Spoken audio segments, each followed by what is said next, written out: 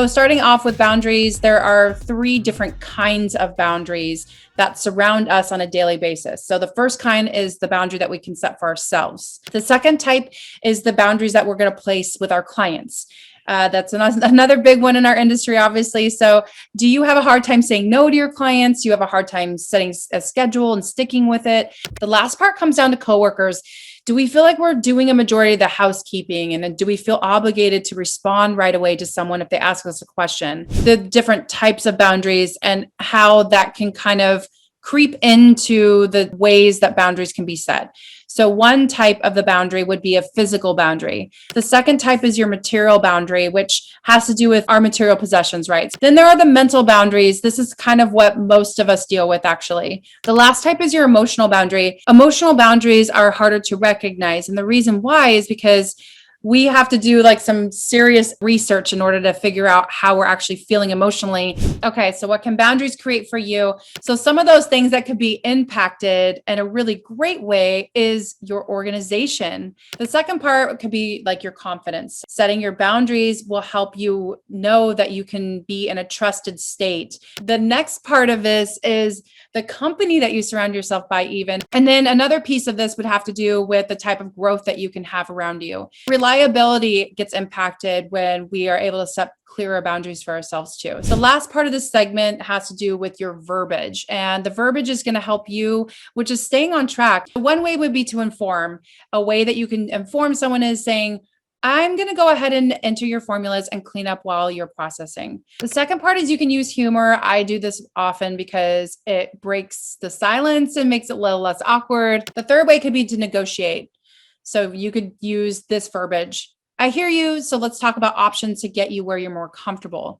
So the fourth kind of boundary is by leading. And by leading, you can actually just be always in problem-solving mode.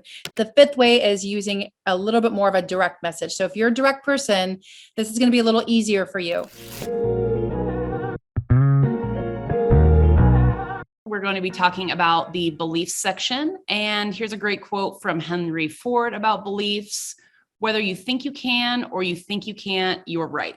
Limiting beliefs are thoughts and opinions that we constantly say to ourselves, becoming a script in our minds and becoming our realities. So a couple different types of limiting beliefs would be unhealthy beliefs about ourselves, such as we're unlikable, we're incapable, or unhealthy beliefs about others, such as we think that other people may be untrustworthy or even manipulative at times.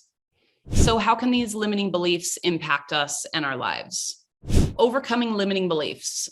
Thoughts are not facts. They are just things that we think, only in our own minds. When we are able to rewire our thought patterns and beliefs about ourselves and others, we're able to see things in a different light. I am statements. These are really powerful, and they are an awesome way for you to create new thought patterns in your brain by saying positive things about yourself.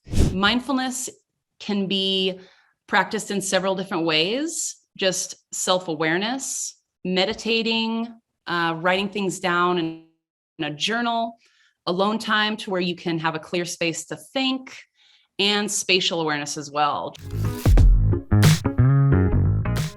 Balance can shift day to day. So it's not like one of those things where you just like mastered it and you've achieved it and you've arrived. It's something that every single day we need to practice because our goals change. And with that, sometimes what balance means to us can change as well. So without balance, a few things can happen in our day-to-day lives. It can lead to burnout. We can be physically unbalanced. We can have mental unbalance. And even personal and work performance can be affected without balance. Balance is essential to our everyday lives, to our healthy work, home, and personal life.